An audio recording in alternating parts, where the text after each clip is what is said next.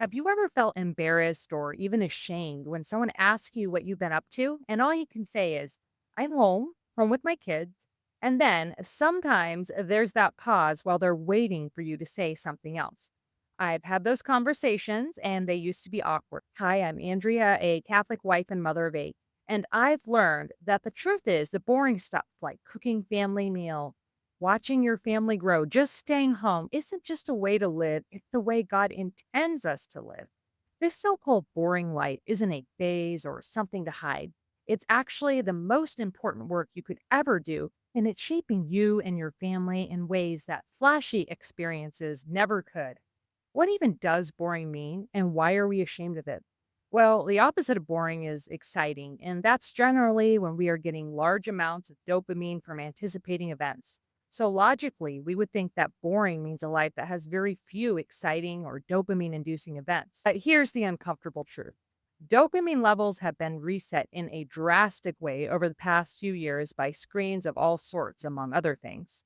We are now, for the first time, living in an age where normal things, boring things that used to bring people joy and contentment and even a little rush of dopamine, no longer do anything for family milestones. Cooking simple but nourishing and delicious food, stepping back to look at a job well done, talking to your friends in person.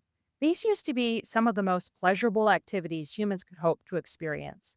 Yet these days, even when the things are talked about or shown on social media, they must be glamorized, polished, and accompanied by aesthetic footage to make them palatable for us. Real life has no place in the modern world.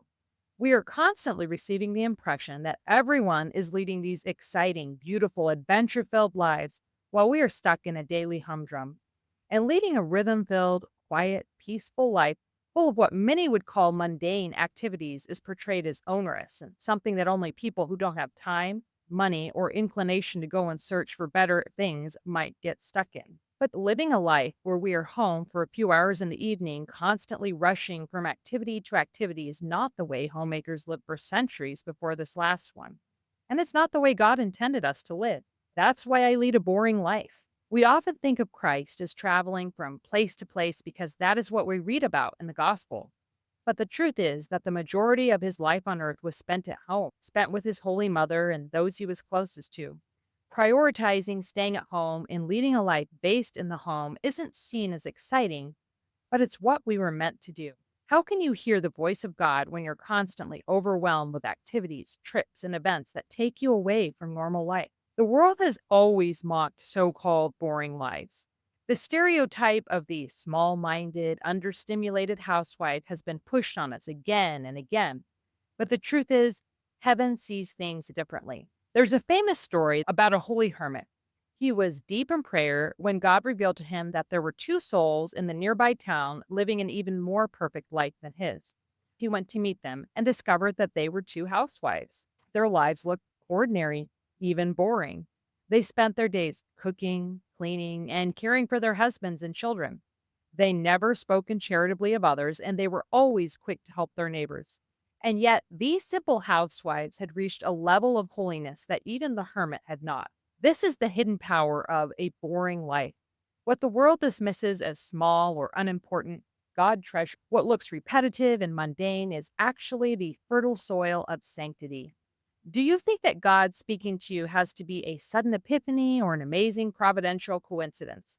Well, that definitely happens, and it's wonderful when it does. But most often, God speaking to you is just receiving a thought that perfectly aligns with what you need in the moment. For instance, the other day, I was so frustrated with one of my children who constantly takes food from the pantry that I have saved or put aside for other things.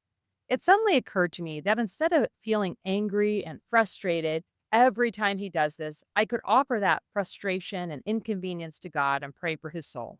Of course, this doesn't mean that I'm not correcting and trying to help this child do better, but I had to realize that the biggest offense isn't against me, it's against God. Just a small thought, and I'm sure it's something I should have realized already, but I know it was sent by God in that moment, and it was exactly what I needed. It's hard to have time to hear thoughts like these when we're constantly rushing from place to place or activity to activity. Home is so essential for a boring or peaceful life because there we can make rhythms that don't require us to constantly extend ourselves by coming up with new things. A home where we can be ourselves without putting on a show for others is essential to our peace. Just like in nature, where silence amplifies the smallest sounds, staying home creates space for divine whispers that get drowned out by constant noise. We also get to know those around us in the deepest way possible instead of forcing relationships around planned events. Of course, we all need change, but God has designed change to be cyclical, from the joy of changing seasons every year to the holidays and feast days of His church to the very seasons of life itself. God has built a rhythm and pattern into our days. Think about how excited you were as a child when the routine events of the year popped up: Christmas, Easter, Thanksgiving, even Halloween.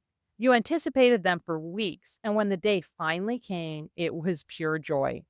Why can't we keep that joy and anticipation as adults? And believe me, I know that as moms, it can be hard to feel joyful around holidays because we carry the weight of that preparation. But we can still find joy in the rhythm of the seasons and pass that joy on to our family. And if joy feels impossible, maybe that's a sign we need to simplify and take care of ourselves.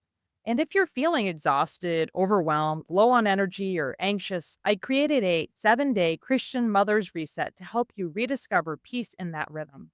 It's simple and full of genuine, Christ centered self care that helped me go from overwhelmed and exhausted to peaceful and energized. Boring isn't bad, boring is where God speaks.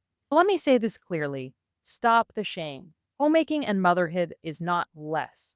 You don't need grand exploits to justify your life. I hate to say it, but I've seen even Christian mothers who feel like just staying home is not enough, and they take on different projects, whether it's a side hustle, another job, or even some kind of work for the church, because they feel like what they're doing at home doesn't really matter. It's so easy to forget that God sanctifies us in the quiet crosses that nobody sees, nobody claps for, or nobody posts about. That's the soil where saints are made.